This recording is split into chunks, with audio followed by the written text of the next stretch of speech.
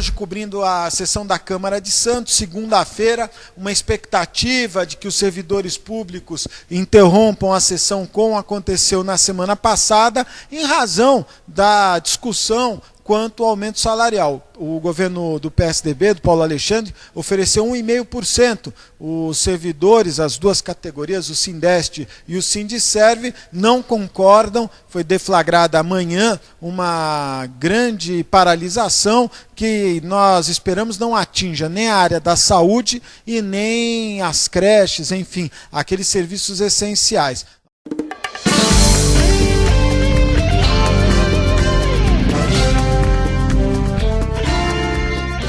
Vereador Stanislau, hoje havia uma expectativa do funcionalismo público também interromper a sessão, até porque estamos às vésperas de uma greve em 18 anos. É uma situação atípica. Me parece que não conseguiu se criar um canal de diálogo entre o funcionalismo público e a prefeitura. Eu gostaria de saber qual a sua opinião, você que hoje está na oposição do atual governo, qual o caminho que a oposição vai tomar nessa questão, até porque o prefeito Paulo Alexandre apresentou os números que demonstram uma inviabilidade financeira de um aumento que os funcionários estão exigindo, não, né? Estão pleiteando. Isso é uma verdade parcial, não é, Augusto? Se nós ficarmos presos ao número frio e não tivermos o desejo político de ajudar aquele que mais necessita, o trabalhador, nós vamos achar justificativa para tudo. Eu, como opositor, apontei alguns caminhos, por exemplo, diminuir cargos em comissão, aumentar a renda cobrando grandes devedores do município, pensar em políticas sociais como o cartão do cidadão, que é uma política que gera renda e que, portanto, seria um ganho indireto ao trabalhador, né? E mesmo que fosse ultrapassado, ou se chegasse próximo ao limite prudencial da Lei de Responsabilidade Fiscal, há que se lembrar que Santos tem, ano após ano, arrecadação maior do que aquela programada no orçamento, e as medidas da Lei de Responsabilidade Fiscal, elas não são aplicadas imediatamente quando sanções. Elas são feitas de maneira paulatina, estratificada, e haveria tempo para que o governo pudesse se posicionar e corrigir. Então eu acho que houve uma infelicidade do governo. Vereador, duas questões. Uma, não houve uma certa displicência, porque a transição foi uma transição bastante pacífica, tranquila, né? Inclusive comandada, o senhor tem muito contato, já disse em plenário, com o chefe de gabinete, o Rogério Santos, comandada pelo Rogério, em uma transição de aproximadamente 60 dias, um pouco mais, né? E só agora, às vésperas, não é, do aumento, se descobriu que a prefeitura passa por um momento difícil. O correto não seria lá atrás já começar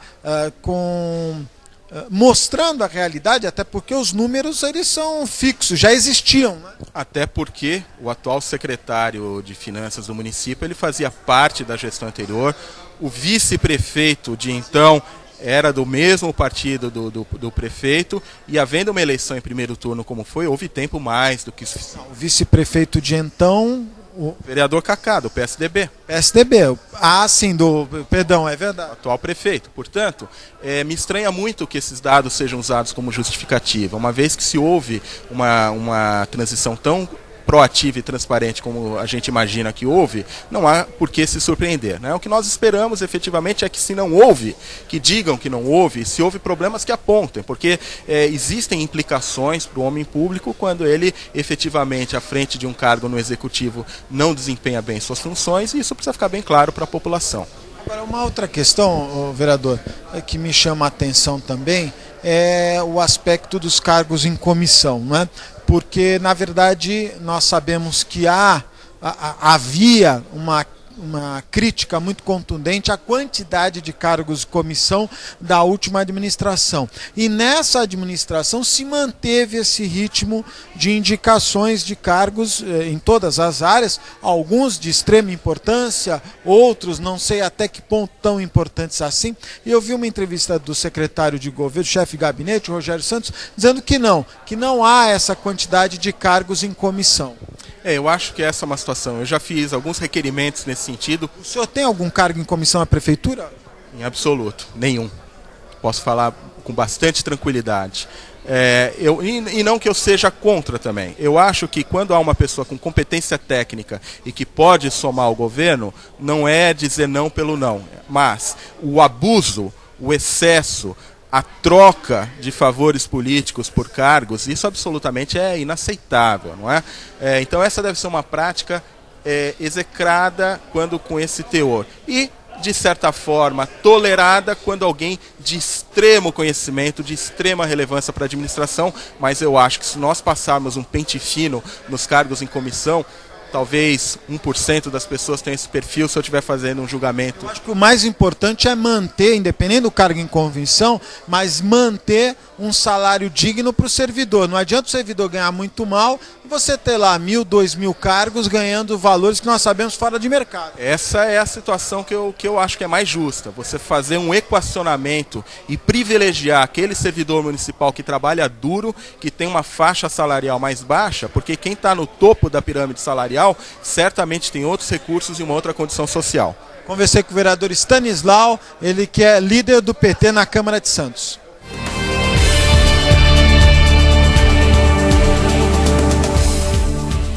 Vereador Sadal, presidente da Câmara, hoje vocês fizeram, não vou dizer uma artimanha, né, mas uma trágica, uma manobra, né, para poder votar os dois primeiros itens da pauta em razão de pessoas das duas áreas que estavam para ser regularizadas, que já estavam vindo aqui pela terceira vez, não é isso, Sadal? Isso, exatamente. Foi uma manobra regimental de esvaziamento do expediente da primeira parte da sessão ordinária, exatamente para a gente votar o mais rápido possível em segunda discussão, para que esses projetos possam ser sancionados pelo prefeito e publicados no Diário Oficial, e para eles poderem seguir os trâmites para que essa população de interesse social, dos projetos de interesse social, possam sair do papel. Na última sessão você ficou bastante, vamos dizer assim, contrariado em ter que interromper a sessão em razão da manifestação dos servidores, que acabou hoje não acontecendo, apesar de haver uma certa expectativa. Como é que você vê essa relação hoje dos servidores com o governo municipal no aspecto do aumento? Eu acho que esta é exatamente uma discussão que tem que ser feita por etapas. Está numa mesa de negociação os servidores municipais com o prefeito municipal, que tem um ato discricionário para poder fazer gerar um aumento ou não. É o prefeito que conduz o nosso orçamento. O que nós temos, a nossa parte, é exatamente nos projetos de leis complementares que ele envia, dando o aumento ou não para os funcionários públicos, para que a gente discuta na casa. Essa etapa ainda não aconteceu. Então nós não podemos nos antecipar a determinados fatos, já que está em curso um processo de negociação. Por isso que o posicionamento que foi feito pelo sindicato na sessão passada foi um posicionamento equivocado, porque não tinha nenhum projeto ainda na casa. Mais uma manifestação. Exatamente. Eu abri a palavra para os presidentes de sindicatos se manifestarem, as lideranças partidárias estavam dispostas a ouvir as argumentações. Se você ouviu um presidente de um sindicato, você abriu a palavra. Exatamente. Eu acho que esse é o processo democrático. Nós usarmos a democracia e o Estado de Direito. Nós temos um regimento interno, nós temos trabalho na casa que temos que conduzir. E esses trabalhos favorecem a população. A Câmara vai acompanhar o aumento que o prefeito está oferecendo de 1,5 aos funcionários da Prefeitura? A Câmara acompanha esse aumento para o servidor da Câmara?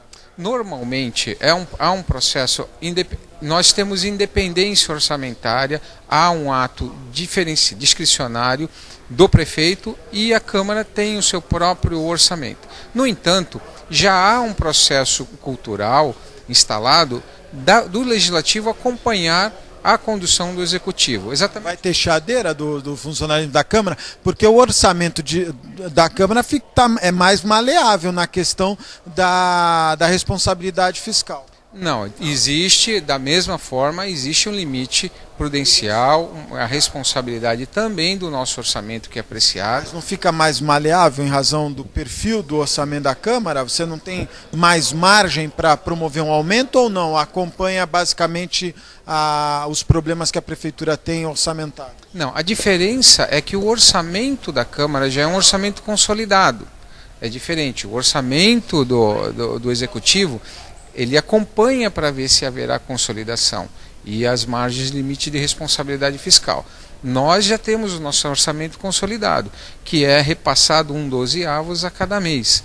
Então, o que nós temos realmente é que avaliar a posição do Executivo para a gente tomar um procedimento nosso aqui. Então nós vamos aguardar as negociações que o Executivo está fazendo com os servidores para deliberar junto à mesa qual vai ser o posicionamento nosso. Sadal, uma coisa que me chamou a atenção, até comentei em alguns programas, é que houve um processo de transição muito tranquilo, pacífico, onde foi coordenado até pelo atual chefe de gabinete, o Rogério Santos, nos números da prefeitura.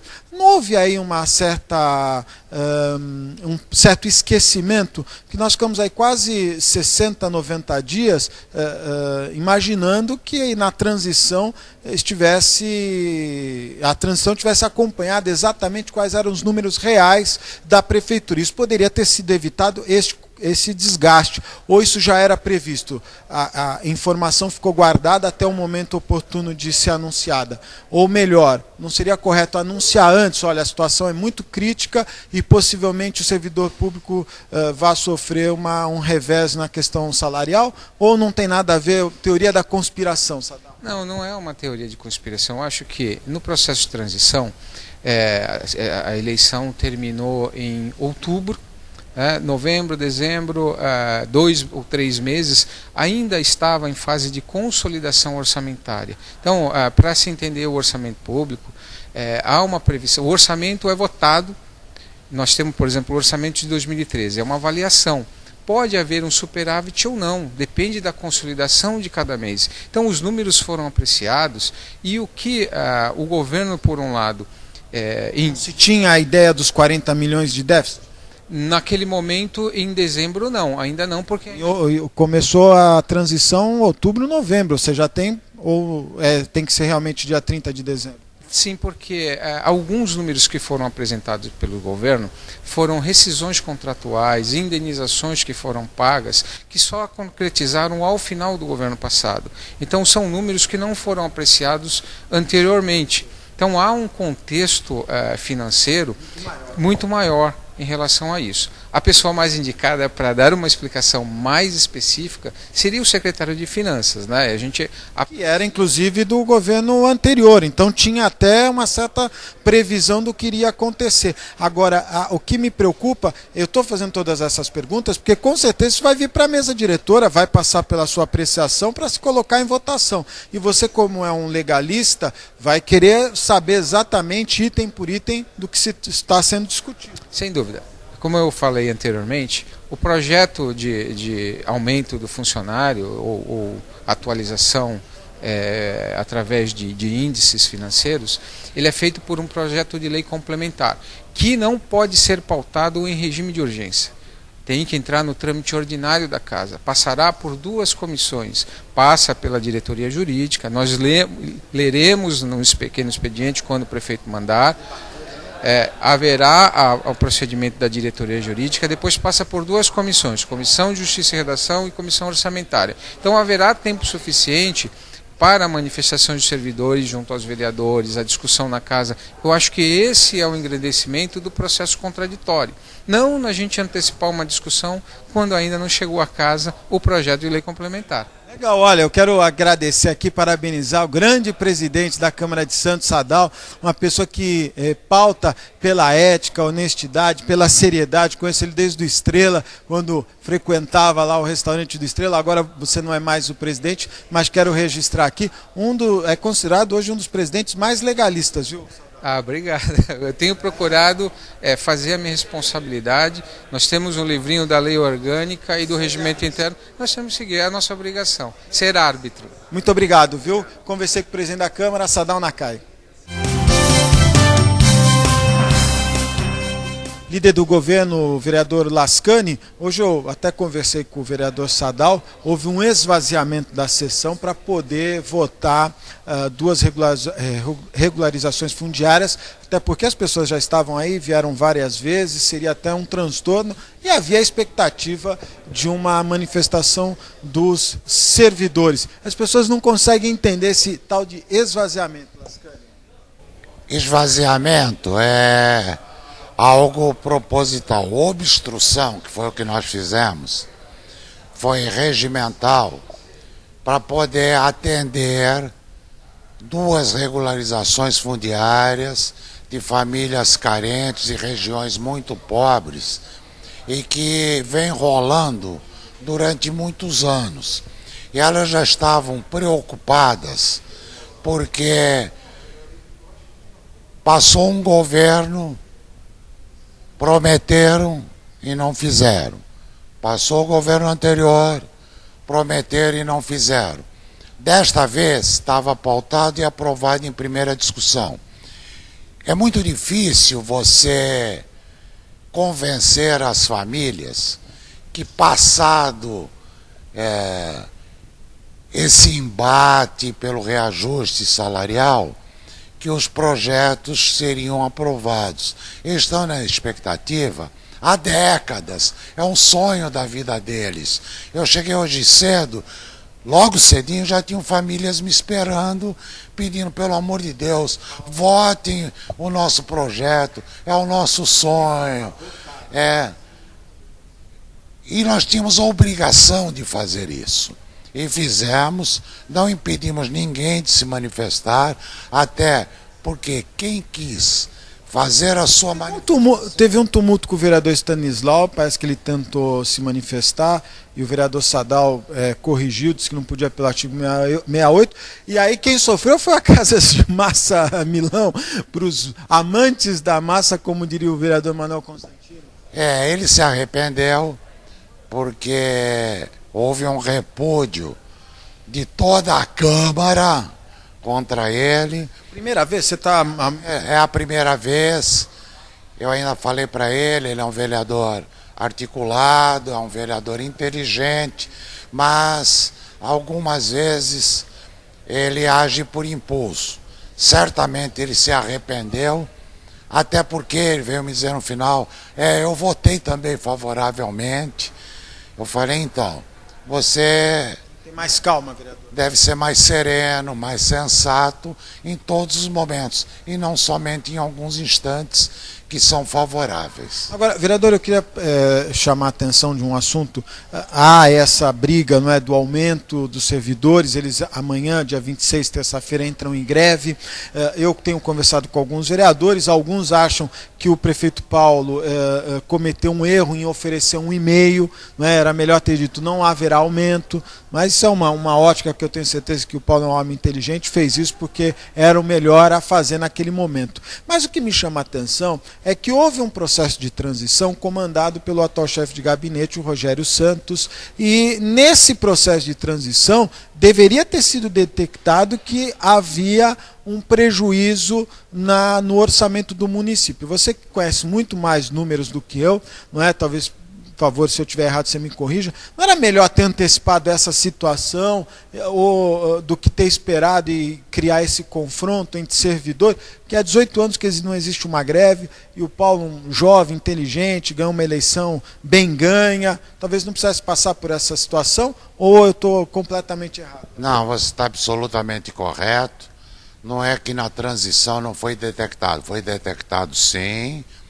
Havia um déficit orçamentário de 40 milhões de reais, mas, como você mesmo disse, como isso se prolongou até o dissídio, havia uma expectativa na medida que os sindicalistas e funcionários não sabiam disso. Agora, tem que se criar propostas alternativas. Você deu uma interessante, aproveitar o excesso de arrecadação que porventura aconteça no segundo semestre. Historicamente, todos os anos há um excesso de arrecadação. É óbvio que em março nós não podemos dizer de quanto vai ser e se vai continuar havendo. Eu acho que vai continuar havendo excesso de arrecadação. E eu acho uma proposta interessante,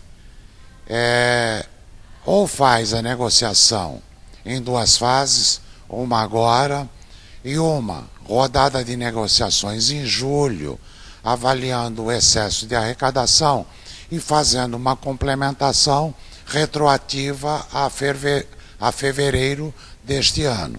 Seria acho que uma negociação saudável, sensata, serena, e se houver um excesso de arrecadação, como os outros anos, dá para recompor a inflação do ano. É que não se sabe quanto ainda vai ser. Se vai haver exatamente, apesar de ser um número histórico. Os servidores entram em greve, você acha que o governo consegue passar por esse mar turbulento rapidamente, ou a crise se alastra por mais algumas semanas? A greve é por 24 horas. Eu creio que os sindicalistas terão o bom senso de não prejudicar as ações sociais, que é a área de saúde, a área de educação, mais especificamente as creches, embora seja por 24 horas, quem está doente, quem tem filho que tem que deixar na creche para ir trabalhar, não pode esperar. Mantendo esses 2 serviços, eles terão mostrado a sua insatisfação sem jogar a comunidade santista contra eles mesmos. Muito bom. Conversei com o líder do prefeito na Câmara de Santos, vereador José Lascani.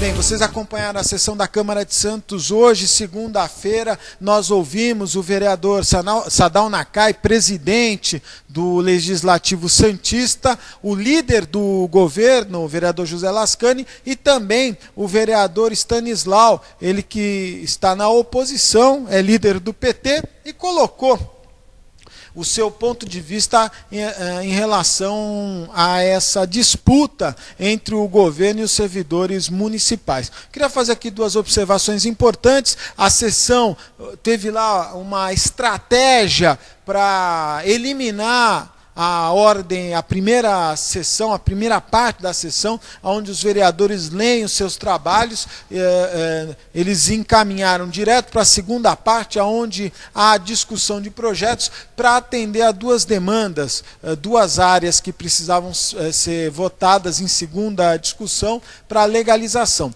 Munícipes dessas áreas estavam aqui no plenário, estavam vindo com frequência, e em razão desses episódios acabou não havendo a votação.